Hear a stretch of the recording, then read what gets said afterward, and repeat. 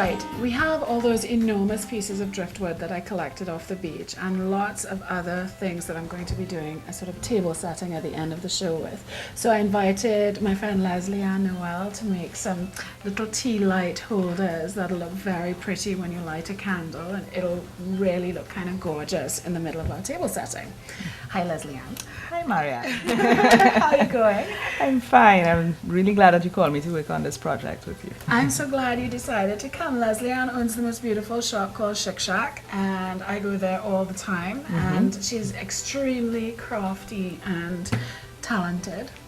And so we're going to start our little tea light holder, which at the end looks sort of like that. And then when you light a candle in it, it's going to glow beautifully. The first thing we do is we cover the mold with cling wrap. Okay, so some plastic wrap. Yeah. All right, let me take off a piece. Right. Some people might go through the process of putting on some petroleum jelly or oil or something like that. I just use cling wrap. Okay, so I'm basically just like wrapping up the cup. Yes, and it doesn't have to be very fancy. Now, I turn the cup over. Right, okay. Right? And we now start working with our kite paper, Okay. right? Which we cut up into little squares. So this is just regular common or garden kite paper Yes. that we've cut. Yeah, just cut. And we work with glue, white glue. Right. I don't use the paper glue. I actually use carpenter's glue. Okay. And that's because that dries a little bit harder than the Right. paper glue. Okay. Right? And so how do I start?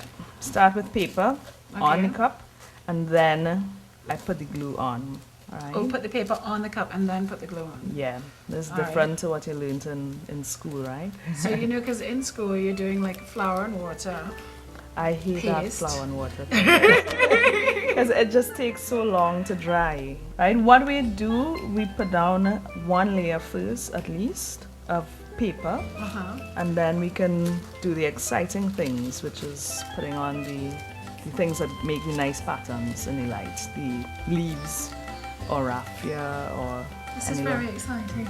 I'm glad that this excites you. I am such a nerd. Okay, so basically what Lesley-Ann has been doing is pressing flowers and leaves, and you don't have to leave them to press for too long, but you've got to at least flatten them to be able to work with them. So we've got a pile of sort of heavy tiles here.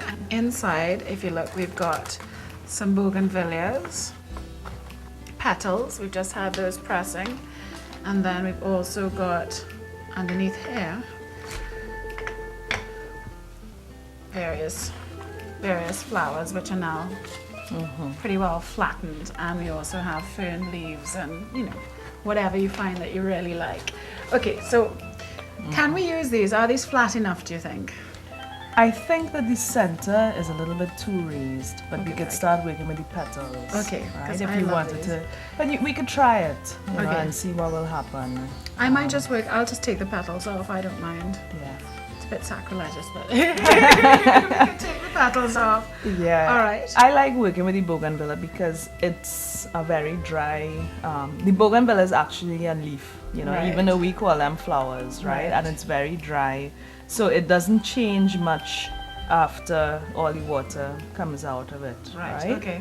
And same for the ferns, they're kind of dry. So the Just next whatever. process is just to pick up you know, and you can, if you want, add some glue to the bottom of it, but you already have glue on the cup. Okay, Anyway. you know what's kind of cool about this finger covered in glue? I just have to touch the petal. Ah, There you we see? go. Find a shortcut.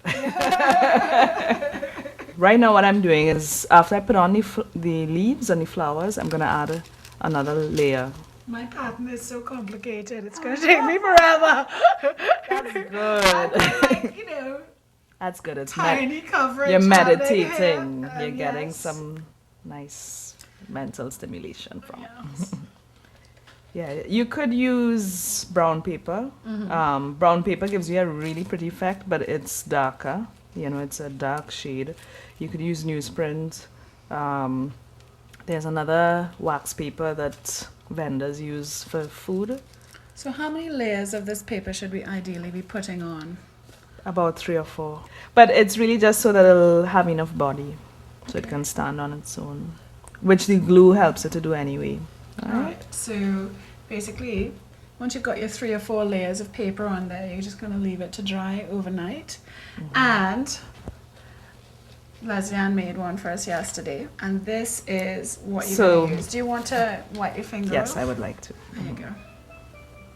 All right, so what we have happening here is that we'll see how easy it comes off the mold, and you'll understand why I like this kind of shape, right? If it was straight, then you'd have to go through the problem of trying to pry it off and all that.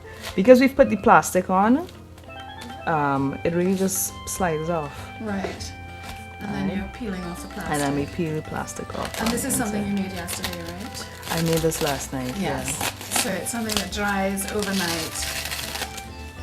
And this There is you have our. it. You put your tea light in the middle of it, and it's going to look really beautiful on our table. Thank you so much, Lesley-Ann. Thank you, Mariel. That was great.